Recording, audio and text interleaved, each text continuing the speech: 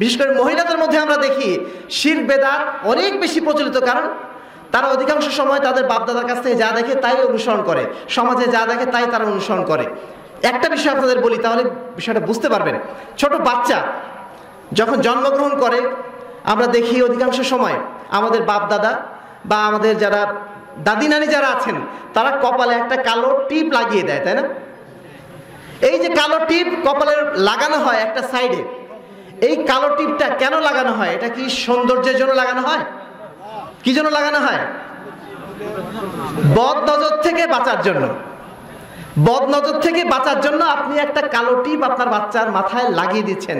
এখন আপনার কাছে প্রশ্ন, যিনি এই কালো টিপ লাগাচ্ছেন তিনি কি এই বিশ্বাস করেন যে এই কালো টিপ তাকে, তার সন্তানকে কোনো বিপদ থেকে রক্ষা করতে পারবে? রক্ষা করার মালিক কে? যে কোনো বিপদ দেওয়ার মালিকও আল্লাহ, বিপদ থেকে রক্ষার মালিকও কে? যদি আল্লাহ মালিক হয়ে থাকেন, আপনি টিপ যে লাগালেন, আপনি টিপের ওপর কি বিশ্বাস রাখলেন না যে টিপ বোধহয় আমার সন্তানটাকে বদনজর থেকে বাঁচিয়ে দেবে? এই বিশ্বাস একটু হলেও ওই টিপের উপর চলে গেল না? ওটাই তো শিরক হয়ে গেল। আপনার বিশ্বাসের জায়গাটা ওইখানে চলে গেল যখন, তখনই তো আপনি শিরক করে ফেললেন, আপনি না জেনেই শিরক করে ফেললেন। এই জন্য আল্লাহ রাসূল সাল্লাল্লাহু আলাইহি ওয়াসাল্লাম বারবার আল্লাহর কাছে দোয়া করতেন, হে আল্লাহ রাব্বুল আলামিন, আপনি আমাকে এমন শিরক থেকে বাঁচান যেই শিরক সম্পর্কে আমি জানি, এবং আপনি আমাকে এমন শিরক থেকে বাঁচান যেই শিরক সম্পর্কে আমি জানি না। অনেক জিনিস আমরা করে ফেলি, না জেনেই করে ফেলছি। হাতে যারা তাবিজ বাঁধছেন তারা জানেন না এটা শিরক, অথচ আল্লাহ রাসূল স্পষ্ট ভাষায় বলে দিয়েছেন, মান আল্লাকা তামিমাতান ফাকাত আশরাকা। যে ব্যক্তি হাতে পায়ে তাবিজ বাঁধলো, সুদা বাঁধলো, সে নিঃসন্দেহে শিরক করলো। কারণ তার বিশ্বাসটা আল্লাহর উপরে যদিও রয়েছে, কিন্তু তার বিশ্বাসের একটা অংশ এই তাবিজের উপরে আসলো, সুতার উপরেও আসলো। সম্মানিত উপস্থিতি, আহলে হাদিসের প্রথম বৈশিষ্ট্য যেটা আমি বলেছিলাম সেটা হচ্ছে তারা সর্বদা নির্ভেজাল তাওহীদের অনুসারী, এবং তাদের ঈমানের মধ্যে কোনো অবস্থাতে তারা শিরক প্রবেশ করতে দেয় না। তারা জানে যে শিরক হচ্ছে সবচেয়ে বড় অপরাধ। পৃথিবীর আর যত অপরাধ রয়েছে সেই অপরাধগুলোর তুলনায় শিরক অনেক অনেক অনেক গুণ অপরাধ। আপনি বলতে পারেন চুরি করা অনেক বড় অপরাধ, আপনি বলতে পারেন জেনা করা অনেক বড় অপরাধ, আপনি বলতে পারেন মানুষ হত্যা করা অনেক বড় অপরাধ। আমরা বলবো এই মানুষ হত্যা করা, চুরি করা, জেনা করার চেয়ে হাজার হাজার গুণ বড় পাপ হচ্ছে শিরক করা। কারণ আল্লাহ রাব্বুল আলামিন বলছেন, ইন্নাহু মান ইউশরিক বিল্লাহ ফাকাদ হারামাল্লাহু আলাইহিল জান্নাহ। নিশ্চয়ই যদি কোনো ব্যক্তি শিরক করে তাহলে আল্লাহ রাব্বুল আলামিন তার জন্য জান্নাতকে হারাম করে দেন। আল্লাহ রাব্বুল আলামিন পৃথিবীর সমস্ত পাপকে ক্ষমা করে দিতে পারেন, কিন্তু শিরকের পাপ তিনি ক্ষমা করবেন না। কারণ এই শিরক দ্বারা তার সার্বভৌমত্বের উপর আঘাত করা হয়। তিনি যে স্রষ্টা, তিনি যে একমাত্র মাবুদ, সেই ঘোষণার উপরে আঘাত দেওয়া হয়। আপনি আমি যে লা ইলাহা ইল্লাল্লাহ বলছি, এই লা ইলাহা ইল্লাল্লাহর উপর আঘাত দেওয়া হয় আপনি যখন শিরক করেন। এই জন্য আহলে হাদিসের প্রথম বৈশিষ্ট্য, তারা কোনো অবস্থাতেই তারা শিরক করে না, এবং তারা তাদের সমস্ত ইবাদত, সমস্ত চাওয়া পাওয়া শুধুমাত্র আল্লাহর কাছেই নিবেদন করে। আমরা সবসময় বলছি ইয়াকা না'বুদু ওয়া ইয়াকা নাস্তাঈন, আমরা একমাত্র আপনারই ইবাদত করি, আপনার কাছেই সাহায্য চাই। জীবনের প্রত্যেকটা ক্ষেত্রে প্রত্যেকটা কাজ শুধুমাত্র আল্লাহর জন্যই করবেন, আল্লাহর সন্তুষ্টির জন্যই করবেন। এটাই হচ্ছে আহলে হাদিসের মৌলিক বৈশিষ্ট্য। সম্মানিত উপস্থিতি, আমাদের অনেক ভাই রয়েছেন যারা মসজিদে আল্লাহর ইবাদত করেন, মসজিদে আল্লাহকে তারা মাবুদ বলে মানেন, কিন্তু মসজিদের বাইরে যখন যান তখন তার আদর্শ হয়ে যায় অন্য কেউ। এই জিনিসটা যেন কোনো অবস্থাতেই না হয়। আমার জীবনের প্রত্যেকটা কাজ, প্রত্যেকটা পদক্ষেপ, যা কিছু আমরা করছি সব কিছু যেন হয় শুধুমাত্র আল্লাহর জন্য।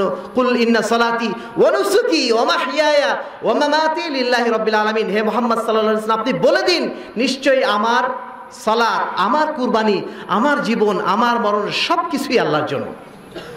একজন আহলে হাদিস তাওহীদের জন্য সে তার জীবন কুরবানি দিতে কোনো অবস্থাতেই সে কার্পণ্য করে না, কোনো অবস্থাতেই সে শিরকের কাছে কখনো সে মাথা নত করতে পারে না। দুই নম্বর বিষয়, আহলে হাদিসদের দ্বিতীয় যেটা বৈশিষ্ট্য, আহলে হাদিসের দলিল হচ্ছে আল্লাহর কিতাব এবং রাসূল সাল্লাল্লাহু আলাইহি ওয়াসাল্লামের সুন্নাত। এই দুটো দলিল হচ্ছে তাদের মূল দলিল। এই দলিলের বাইরে তারা কখনো যাওয়ার চেষ্টা করে না, কারণ আল্লাহ রাব্বুল আলামিন বলে দিয়েছেন, ইয়া আইয়ুহাল্লাযীনা আমানু আতিউল্লাহ ওয়া আতিউর রাসূল ওয়া উলিল আমরি মিনকুম। আল্লাহ রাব্বুল আলামিন বলছেন, ইয়া আইয়ুহাল্লাযীনা আমানু, হে ঈমানদারগণ, তোমরা আল্লাহর আনুগত্য করো এবং তার রাসূলের আনুগত্য করো, উলিল আমরি মিনকুম, এবং তোমাদের মধ্যে যারা আলেম ওলামা রয়েছেন, যারা নেতৃবৃন্দ রয়েছেন, তাদেরও তোমরা আনুগত্য করো। তবে ফাইন তানাজাতুম ফি শাইইন ফারুদ্দু ইলাল্লাহি ওয়া রাসূল, তবে যদি তোমাদের মাঝে কোনো বিষয়ে পরস্পর মতভেদ হয়ে যায় তখন তোমরা কোরআন এবং সহিহ হাদিসের দিকে ফিরে যাও। কোনো অবস্থাতেই কোরআন এবং হাদিসের বাইরে নিজের মন গড়া কোনো বিষয়ের প্রতি আমাদেরকে মনোনিবেশ করা যাবে না। কেননা শরীয়ত দাতা হচ্ছেন আল্লাহ রাব্বুল আলামিন। তিনি আমাদেরকে শরীয়ত দান করেছেন আল্লাহর কিতাব অর্থাৎ কোরআনের মাধ্যম দিয়ে এবং সুন্নাতের মাধ্যমে, আল্লাহ রাসূলের হাদিসের মাধ্যম দিয়ে। এই দুটোই হচ্ছে আমাদের মূল রূট। এই দুটোকেই আমরা অনুসরণ করার মাধ্যম দিয়ে আমাদের জীবন পরিচালনা করব। আল্লাহ রাব্বুল আলামিন বলছেন, লাকাদ কানা লাকুম ফি রাসূলিল্লাহি উসওয়াতুন হাসানা, তোমাদের জন্য উত্তম আদর্শ নিহিত রয়েছে একমাত্র রাসূলের মধ্যে, আল্লাহর প্রেরিত রাসূলের মধ্যে। সম্মানিত উপস্থিতি, আমাদের সামনে অনেক বড় আলেম ওলামা থাকতে পারেন, অনেক বড় নেতৃবৃন্দ থাকতে পারেন, অনেক পরেশগার ব্যক্তি থাকতে পারেন, অনেক আকাবির বুজুর্গ থাকতে পারেন, আমরা তাদের সবাইকে সম্মান করি, কিন্তু তাদের কাউকে আমরা রাসূলের উপরে স্থান দিতে পারি না। আল্লাহ রাসূল যে আদর্শ নিয়ে এসেছেন, যে ইবাদত যেভাবে করতে বলেছেন, যতটুকু করতে বলেছেন আমরা ঠিক ততটুকুই করতে পারি। এর বাইরে যে যাই বলুক না কেন তার অতিরিক্ত করার কোনো ক্ষমতা আমাদেরকে দেওয়া হয়নি, অনুমতি আমাদেরকে দেওয়া হয়নি। আল্লাহ রাসূল সাল্লাল্লাহু আলাইহি ওয়াসাল্লাম বলছেন, মাইয়ুতিল্লাহ ওয়া রাসূলহু, নিশ্চয়ই যে ব্যক্তি আল্লাহর আনুগত্য করবে এবং তার রাসূলের আনুগত্য করবে, ফাকাদ রাশাদা, সেই সঠিক পথ পেয়ে যাবে। ওয়া মান ইয়াসিল্লাহ ওয়া রাসূলহু, যে ব্যক্তি আল্লাহর অবাধ্যতা করবে এবং তার রাসূলের অবাধ্যতা করবে, ফাকাদ গাওয়া, নিশ্চয়ই সে ব্যক্তি পথভ্রষ্ট হয়ে যাবে। সম্মানিত উপস্থিতি, আমাদের মাঝে অনেক ভাই রয়েছেন যারা আমরা না জেনে না বুঝে এমন কিছু আমল করে ফেলি যে আমল আল্লাহ রাসূল করতে বলেন নাই। আর যে আমল আল্লাহ রাসূল করতে বলেন নাই সে আমল যত ভালোই হোক না কেন আমাদের কাছে সেই আমল নিঃসন্দেহে বেদাত। একজন তাবেঈ সাঈদ ইবনুল মুসাইয়িব, তার সামনে একজন ব্যক্তি নিষিদ্ধ সময় অর্থাৎ আসরের সালাতের পর থেকে শুরু করে মাগরিবের সালাতের সময় পর্যন্ত, এই সময় নফল সালাত আদায় করা নিষেধ। এই সময় এক ব্যক্তি সালাত আদায় করে যাচ্ছে একের পর এক। সাঈদ ইবনুল মুসাইয়িব তাকে ডাক দিলেন, ডেকে তাকে বললেন, তুমি কি সালাত আদায় করছো এখন? তুমি কেন এই নিষিদ্ধ সময় সালাত আদায় করছো? সে ব্যক্তি বলল, আমার তো ভালো মনে হচ্ছে তাই পড়ছি।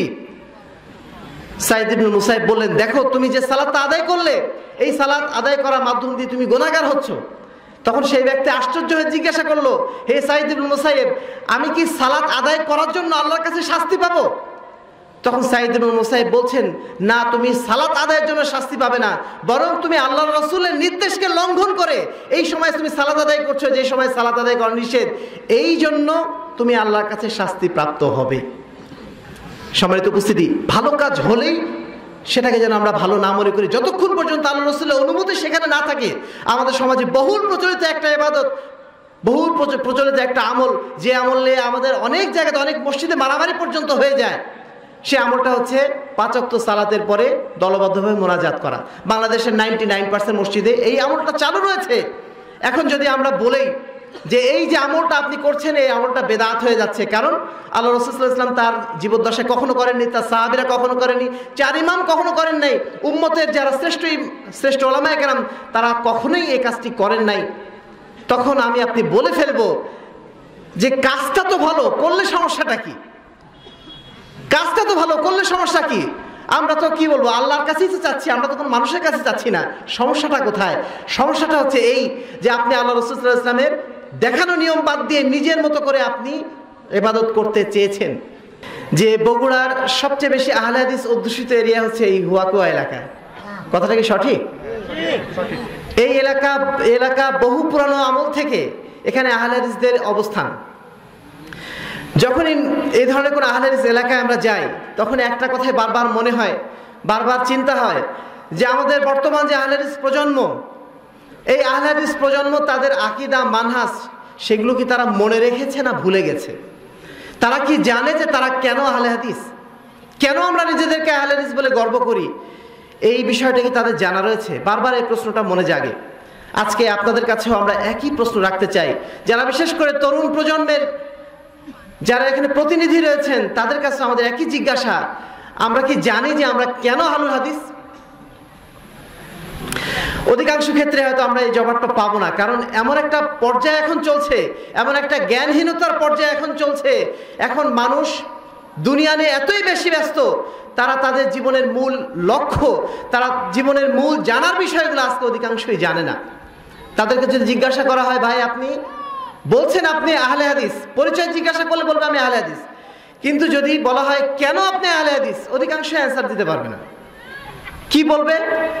এটাই তারা বলবে যে আমি আহলে হাদিস এলাকায় বসবাস করি, আমাদের বাপদাদা আহলে হাদিস ছিলেন, আমাদের বাপদাদা রফল আযান করতেন তাই আমরা করি। আহলে হাদিস মানে কি রফল আযান করা দল?